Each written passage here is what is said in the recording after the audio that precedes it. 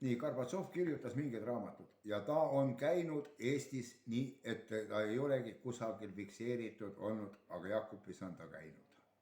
aga siin juttu sellest ei ole, siis ta ei olnud veel ju keegi, ta oli lihtne parteitöötaja ja kirjutas mingid raamatud. ja ta sellest kandist teadis väga hästi, sest Nikitinit tundis ka Nikitinit, kes oli kosmonautika baasi ehitaja ja see ülem oli. Nikitin Aleksander oli see baasi ülem. aga kuidas Gorbatšovist veel niimoodi, et oli tast pika jutuga või niisuguse rääkisid, oli ta rõõmsameelne või murelik või? tema oli väga rõõmus ja seda väga kuradi tipp-topp mees, igatepidi tipp-topp mees ja rahulik mees.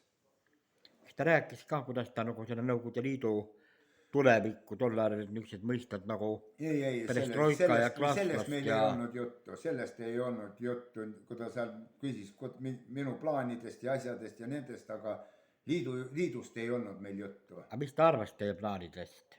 ja no kiitis heaks, et sellel asjal on tulevikku.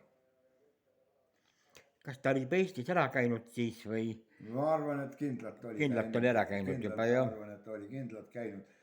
kas ta nüüd parteifunktsionääridega kohtus või mitte, aga igal juhul Eestis ta oli käinud nii ja raamatut ta kirjutas mingil ajal ja puhkanud ta oli siin.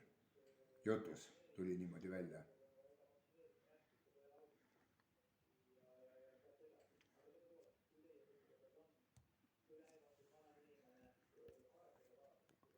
jah.